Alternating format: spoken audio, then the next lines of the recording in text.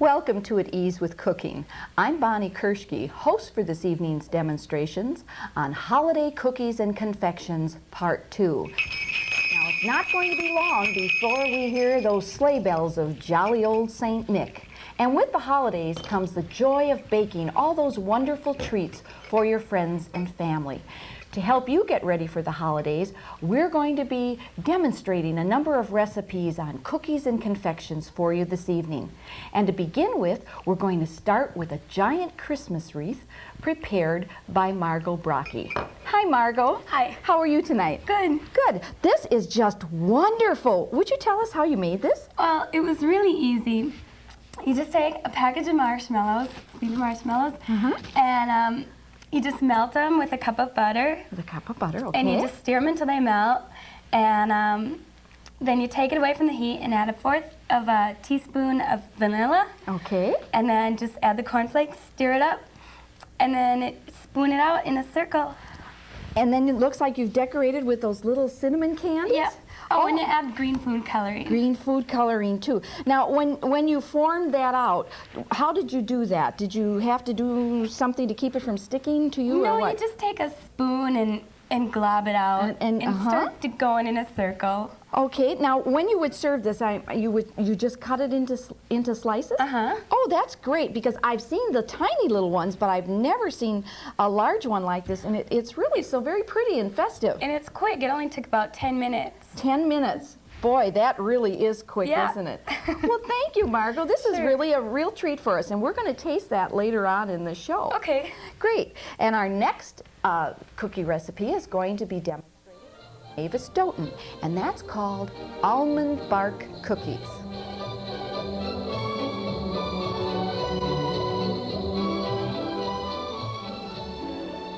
Hi, Mavis. This looks like it's going to be a really interesting recipe with all these nice goodies you've got for us. So why don't you tell us a little bit about it first? Okay, this is the almond bark cookie, which is very easy, and it's a very festive one because of the colored marshmallows, and it also adds a nice flavor, a fruit flavor to the cookies. And of course, the nuts always add a flavor, and I like chocolate-covered raisins, so it's got to come into this too. Right. The main thing that we do with this is just mix it all in here, and we put it on our tray and let that cool, and it's all set to go. And it keeps so beautifully, so you can make that quite a bit of time ahead of Now, Christmas. this is the white almond bark, and Right. How did you melt that? Okay, this can be melted either in a microwave now, or if you have a double boiler, which would what we use tonight. And it can be done in the oven as well, which is quite a surprise. Oh, Most in of the us oven. don't think of an Right, oven for right. melting the almond bark. Now, how much of the almond bark did you use? This particular batch is 1.5 pounds. This is the whole package of the almond bark. Or it could be the 2 pounds if you can find the 2 pounds.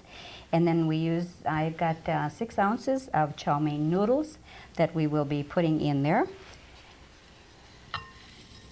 And we just kind of mix that up a bit. I hope I don't have too much right now, because that is less almond bark than what is required in the recipe. And then there'd be about 2 cups of the colored marshmallows that would be put in there. Care is needed with the marshmallows to have the almond bark not too hot, because it does melt the marshmallows. It would melt them, yes. And I can tell you from experience that it does melt. I'm the best experience person. Well, that's an important tip to know then from someone who has made the recipe, that could be a problem. Add as many peanuts, or probably walnuts, pecans, cashews. Almonds taste good in this. And this is one of the creative types of recipes where you can really get carried away and get anything you really would like to have. Put whatever your family happens to like. And your own liking. And cereal. There's a variation of cereal I'll tell you about later. Oh, okay. And I like the raisins, and it also adds a bit of color as well. Yes, it does. Just a change in texture. And if we can get these. Well, that's coming along nicely there. The variation to this could be Special K, or Rice Krispies, a combination of 3 cups each. Oh, I see. 2 pounds of the bark, and then the marshmallows and nuts. Or I've also used other kind of fruit-flavored cereal, and it turned out quite good too. Oh, I see. So yeah, you can have a real good time with this. I enjoy doing this one because it really it's so colorful too. And tasty. Yes, that's important, isn't it? Okay. With these studio lights, it does keep the almond bark more fluid than it Yes. would ordinarily be in the home. Sometimes it really sets up fast, and then you're at a race to get to the bottom. Yes, I can imagine that. What do you do then? You just Well, you get a little creative there, a little too. creative there too. Okay. Right. Back into the oven or Whatever. something. Hopefully you don't melt the marshmallows. marshmallows. Does it look like there's... We probably could use all of the marshmallows this time. I didn't know for certain because of the difference in the size of the package, but Right. it does make it nice for the marshmallows. And it adds a real nice flavor to it. It's a nice little tang. Oh, for I more just bland and the flavors. pretty green and pink. It's Really you know, festive. like the Christmas colors. And everybody seems to enjoy this particular one along with everything else that is so good. And then those just will set up by them. You don't have to refrigerate them or anything. No, Okay. in this case we probably will have to kind of cool them down because of the studio lights, but it will set up and it'll keep its shape. It's easy to store. You just put them in an airtight container or a tin and hope they last till Christmas. That must mean everybody in your family likes them. And when you have to be concerned about it lasting till Christmas. And then, of course, you hope for company, and you call up the neighbor and say, hey, have a cup of coffee and a cookie, and then we're all set to go again. Right. Well, this certainly does look easy enough. Oh, it is. And we'll just get a few going here, and everybody can have a taste treat after bit. Yes, so we look forward to that part of the program when we get to sample all of these goodies that we've made here. Well, this is part of the payment of cameraman people, isn't it? Yes, right. Our crew always enjoys everything, too. Oops, I had a piece here. About how many does this recipe make? Looks like quite a few. It's quite a few. Several With the dozen, I difference would guess. now. And of course, it all depends on how many things you add to it as well. And like I said, this is one of those creative recipes where you can really enjoy yourself adding something that you may have in the house, like the coconut. I've had coconut in there. And combining different nuts, too, because that was really good. It adds nice flavor, too. So, so if it doesn't get away from your hands, you can put it in there. That's not a nice attitude. One of those little Santa's reindeer, you can throw one of those in. Well, they certainly are colorful, Mavis, and Okay. and really appreciate your coming and showing these with us. And we're going to sample these later. Okay. And our next demonstration will be presented by Rolla Sadoff, and it's a Danish butter cookie.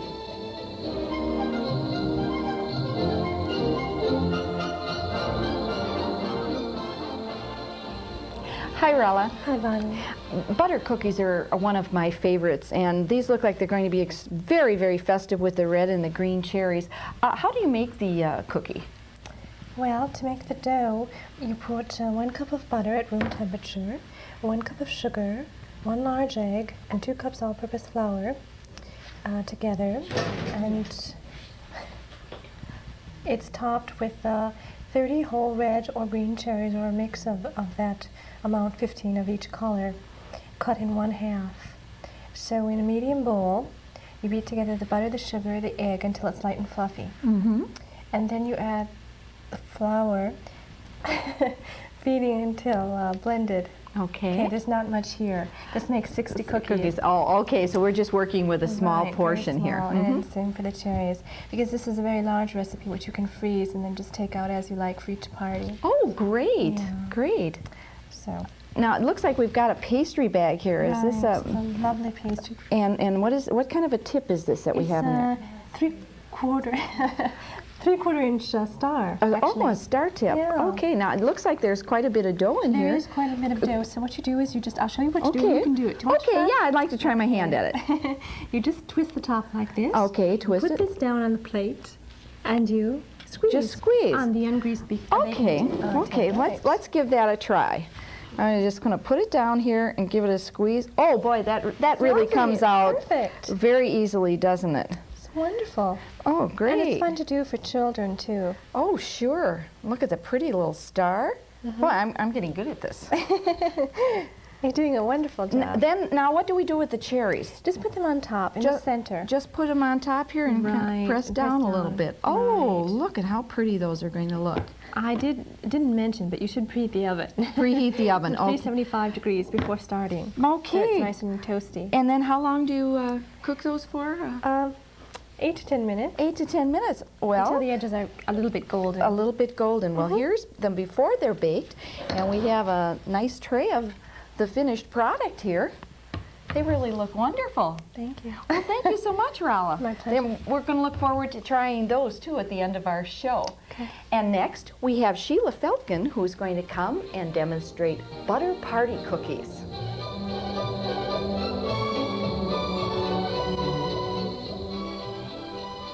Hi, Sheila. It's nice to have you here with us this evening. Well, thank you for having me here. These butter party cookies look like they're going to be very colorful because you have some red and green food coloring there. Why don't you tell us a little about the recipe? Okay. Well, it's the easiest recipe I have in my whole recipe box. So this is one of my favorites. If you're in a hurry, you use this recipe. And all it takes is 4 basic ingredients. And we start out with a cup of powdered sugar, which I borrowed this morning from my neighbor, and a cup of butter softened, a teaspoon of vanilla, and then we're talking about 2 cups of flour.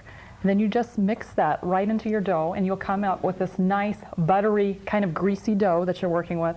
And what you want to do is you just want to split your dough right in half. Okay. So- That really is a very simple, isn't it? Very, very simple. I mean, it's almost like having a mix box. You just go right to your cabinet and you just pull it right out because it's so Yes. simple. And so you just divide these into 2 separate divisions here, and then you're going to take your red food coloring, and you're going to use about a quarter of a teaspoon, and you just mix that right in there. And I'm not going to do it here or we'd have a mess, but I do that in my bowl with my mixer. Because with the mixer. Because the dough is so soft that you can do that. And then the same great. thing, use about, again, a quarter of a teaspoon of the green, and you get very greasy fingers from this. And the same thing on that. And the same thing. Well, Okay. great. And then what we come out with are 2 separate little rolls. And what you do with this, they won't be this small, this is just for demonstration purposes. But you'll come out and you want to roll each roll into 8 inches by 1 inch long. So you're just thinking of rolling this. Rolling it. And then what you do to that is that you have cut it in half. And this is actually a half section that I have cut right in half along that. So you're going to have 2 halves of a red and 2 halves of a green. So you're going to take one of the red halves and put it there with your green half, and just mold it nicely together. And you've got this kind of multicolored log here. Oh, isn't that great? And then to make it a little bit fancy here, we're going to use a few colored sprinkles. And I just put this right, I'm a messy cook. I think food tastes better when you're messy. So I just sprinkle it right on the counter, or you can put it on wax paper or whatever, and just get it rolled in there real good. And then when you've coated your surface thoroughly with the little sprinkles. Oh, how pretty that looks. Yeah, it just gives it kind of a little glimmer, a little sparkle to it. It does. It really glistens. This is the tricky part. The first time I did this recipe, I blew it. And it's such an easy recipe, you shouldn't blow it. Is that you want to cut it in 1/4 inch slices. And I always want to get way over here. Oh, so it's too big. Okay. So cut it exactly right. Okay. And then you get your little circles here. Okay. And you just kind of, I help form them a little bit when I get them on the tray here. Mm-hmm. And then the same thing, and you just keep on going right down the line. And you're going to put this in your preheated oven, which has been preheated to 350 degrees. And it takes about 8 to 10 minutes, depending on your oven. And then you have very nice, colorful Christmas cookies, which my kids love. Are these going to look great on a platter full of cookies? Because they are just so colorful and they glisten all around the edges. And there's a secret to these, which is my favorite. Okay. 3 of these is only 100 calories. Oh, say, that's great. Yeah. How did you figure that out? Oh, it's in my recipe. It's in the recipe. Yeah. Well, that's really a neat recipe then. Yeah, I really like it. My kids love it. Do your kids help you make them? We haven't gotten into that yet. I could just see, I have twins and they'd be, Mom, I want to do this log. Okay. When they get a little older, I'm sure they're going to be helping you during the holidays a little bit more. Oh, they love cutting out cookies. We can handle that. The cutout ones. Yeah. Well, thank you, Sheila. We really appreciate your coming and sharing this recipe with us this evening. Well, thanks for having me. We have one last recipe that we're going to make, and that is we're going to take some chocolate coating and we're going to put it in plastic molds, and we're going to come out with some beautiful little holiday molded candy.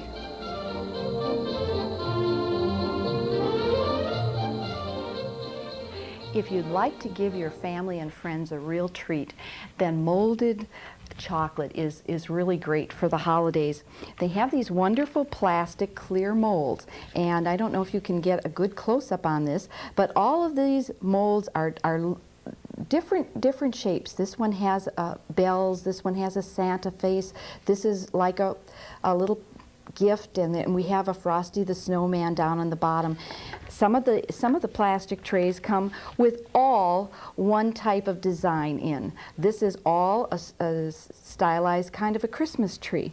Here again we have another one that has a variety.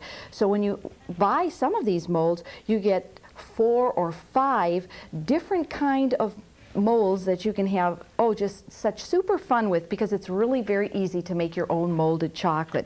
Here we have another one. Here's a little guy on a sled and a little word that says joy, and here we have another, a full-size Santa Claus. Here we have another one that is all just Frosty the Snowman. And here we have some holly leaves and holly berries with a Santa. Now these molds are very easy to work with.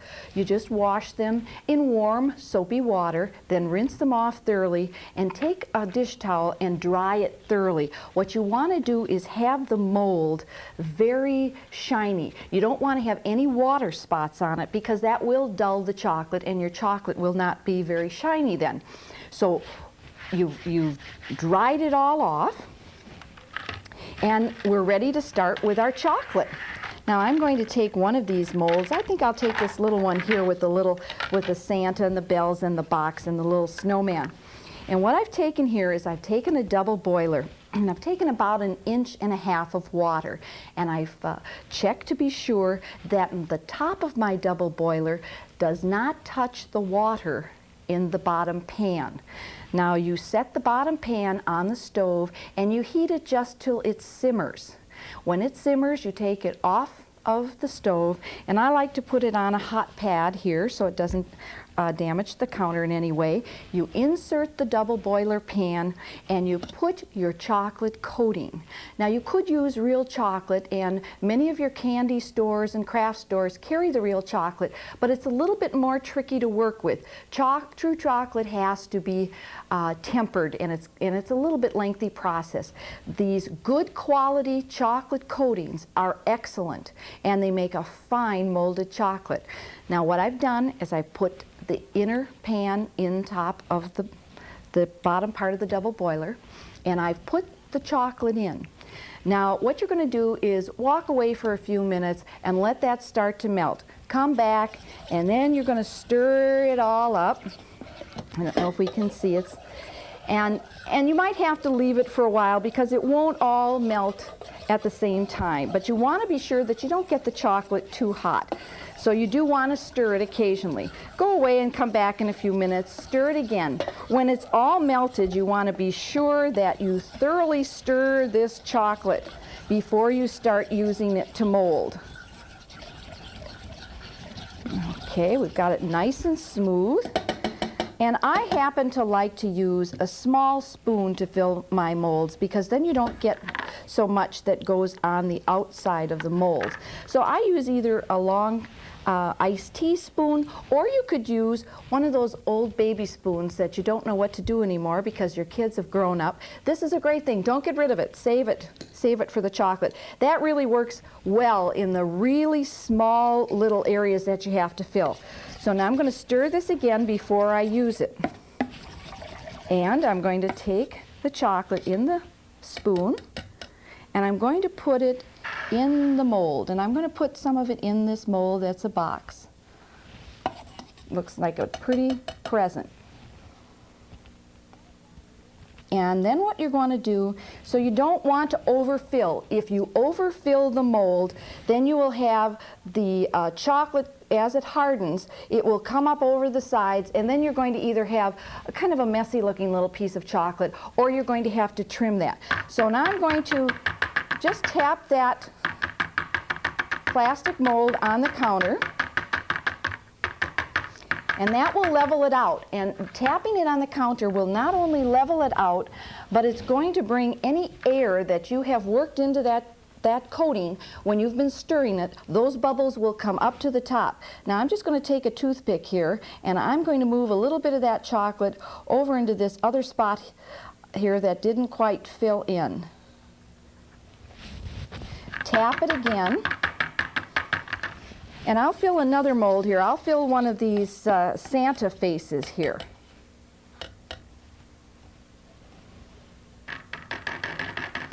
As you can see, there really isn't very much that's difficult about doing this. If you want to get really fancy, you can go into your many different kinds of flavored chocolates or the different colors, and you can actually take paint brushes, and paint the ribbon one color and let that set up, and then you could put chocolate in it, and then when you get through, you have a pretty chocolate package with maybe a pink or a green ribbon. Now, as you can see, I have to move that just a little bit more in to that Santa, the top of his head. Get those air bubbles out. Now before I put this into the refrigerator or the freezer, and I personally like to put it into the freezer, it only takes about 4 or 5 minutes, so you do have to watch it. You don't want the chocolate to freeze, you just want it to set up. But before you do that, I want to look up to the light to be sure there aren't any air bubbles. Now I've been very lucky here, I don't have any air bubbles. If I would see them, I would just tap a little bit more, look again, and if I found any that were a little bit stubborn, and some of the molds here's one that you could possibly have a little bit more trouble with because there are holly berries here. So in that case, what you would do is go down through the chocolate and just tap around in the berry that you would see where there was a little bubble until you got that bubble out of there. So now what I would do is take this and put it in the freezer, as I said, for about 4 or 5 minutes. And I don't have any set up because it would be very difficult under our hot lights this evening. But you would put that in, and when your time was up, and the mold will get kind of frosty looking, you would just take that mold out of the freezer, turn it upside down on your counter, and give it a few taps. And you would find that these are going to just slip out very, very easily. There's no problem with getting them out at all. If you should have trouble getting one out, it just means that maybe the ones that were in the middle didn't get quite as cold. The ones that don't come out, put them back in the freezer, let them set up a little bit longer, and they'll usually come out without any trouble. Now, if you've let it go in the freezer too long, and as you're tapping, they come out, and when they hit the counter, they break, there's really nothing lost. Just pick them up, put them back in your coating, and just melt them back down again. As I mentioned, it's really very easy, and as you can see here, I have a tray of every one of the molds that I have here today. We've got the little word joy with a wreath, the box with the pretty ribbon on it. We've got the Frosty the Snowman, the wreath, little boy on his sled, a candy cane. And this is something that's great to have on your cookie tray during the holidays. It's also great to get a nice little box, put some in, and bring it as a hostess gift. People just rave about it and think you're just so wonderful and that you've spent all this time, and you really haven't spent much time at all. The molds have done the work for you.